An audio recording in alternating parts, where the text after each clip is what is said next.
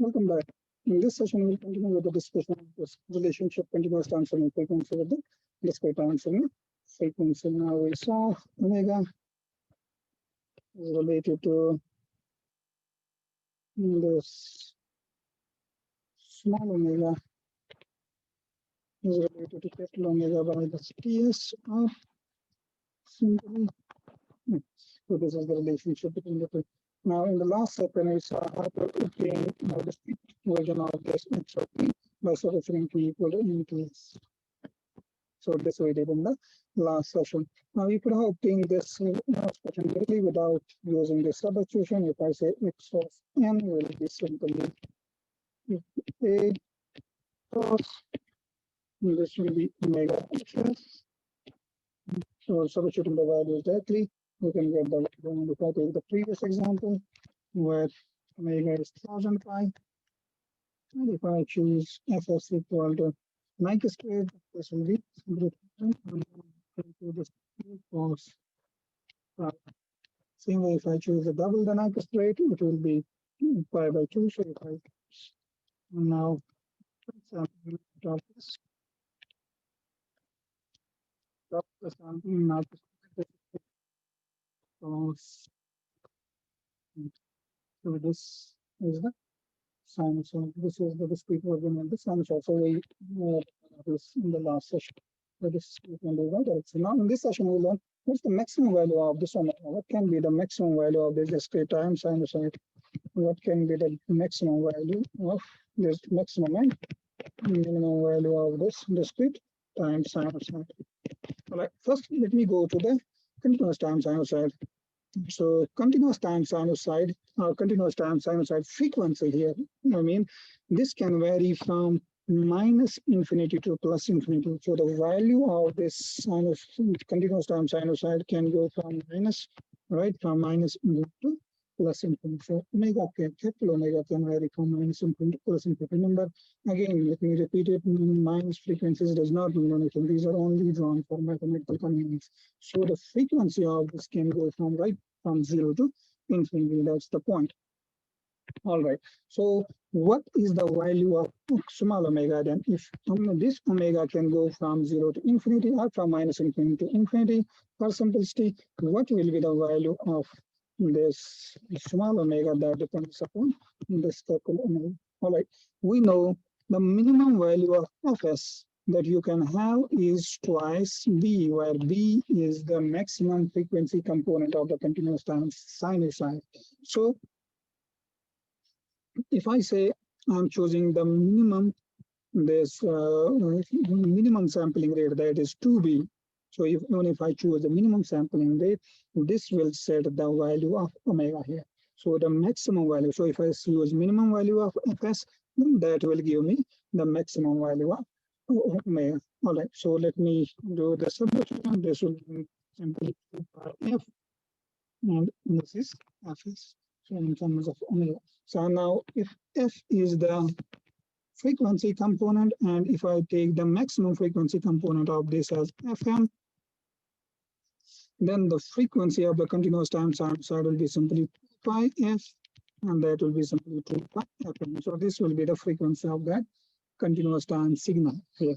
So this is the maximum frequency of that. And if I choose the sampling rate as fs equal to twice the maximum frequency component, and that is same as fm here. So even if I choose the minimum sampling rate, and this is from the previous session. So if I substitute it here, I will have 2 pi f is fm, and fs is twice. So you can see omega will be equal to pi.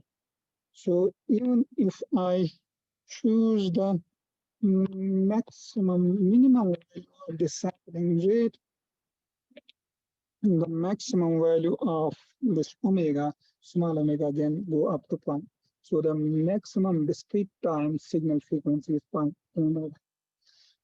If I choose now to obtain the minimum value, if I choose f is equal to minus f.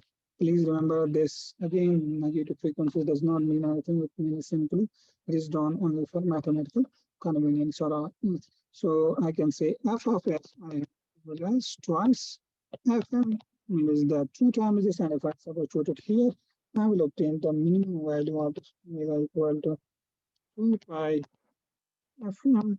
This is minus divided by 2 Fm. Fm and Fm will cancel, so omega will be minus pi. So this is the minimum value of this omega. So this is the minimum. This is the maximum value of this omega. This is the minimum value of this omega. In other words, you can say omega varies from minus pi to pi is the duration of this discrete time sinusoid frequency. So we can say omega goes from minus pi to pi. So this is the duration of this. Now, in terms of small f, we can write it in terms of small f also. We can say f. So it is equal to omega equal to pi. So this will be simply minus pi. This are equal to I divide by both sides by 2 pi. So this will be simply minus 1 by 2 pi and pi will cancel. Less are equal to f. Less are equal to 1 by 2. I think there is 2. Is 2. We are dividing both sides by 2. So this in terms of f, this is the duration. So f goes from minus 1 by 2 to plus 1 by 2. So the discrete time frequency goes from minus 1 by 2 to 1 by 2. Same plus. All right. So this is the meaning of, this is the maximum value of omega. So omega can go from minus pi by 2 to pi, or you can say goes from 1 by 2 to minus 1 by 2 to plus 1 by 2. So this is the duration of this. Please remember this. So the discrete time signal frequency can go from minus pi to pi, or minus 1 by 2 to 1 by 2 in terms of. All right, now remember the unique value. If I talk about a sinusoid, the unique values of sinusoid are obtained from 0 to 2 pi. If you see this, if you do this modulation concept, then you will see that you can also write minus pi to pi as from same frequency as 0 to 2 pi. So this is same as you can say the discrete time signal frequency either varies from 0 to 2 pi or from minus pi to pi. That's the point I'm making here. So discrete time signal frequency you can say varies from either minus pi to pi, or you can say from 0 to 2 pi. So this is very, very important concept that's used in discrete time Fourier transform. To obtain the discrete time Fourier transform for signal, we say the omega can vary from 0 to 2 pi, or from minus pi to pi. I hope it's clear here. So this is the maximum value. Even though the capital omega continuous time sinusoid frequency goes from minus infinity plus infinity. So this can be from anyone to anyone. But if we use the sampling concept in discrete time signals, then the maximum value of pi is from minus pi to pi. In the next session, we'll plot the discrete time sinusoid for different values of pi. Okay, let me end it here.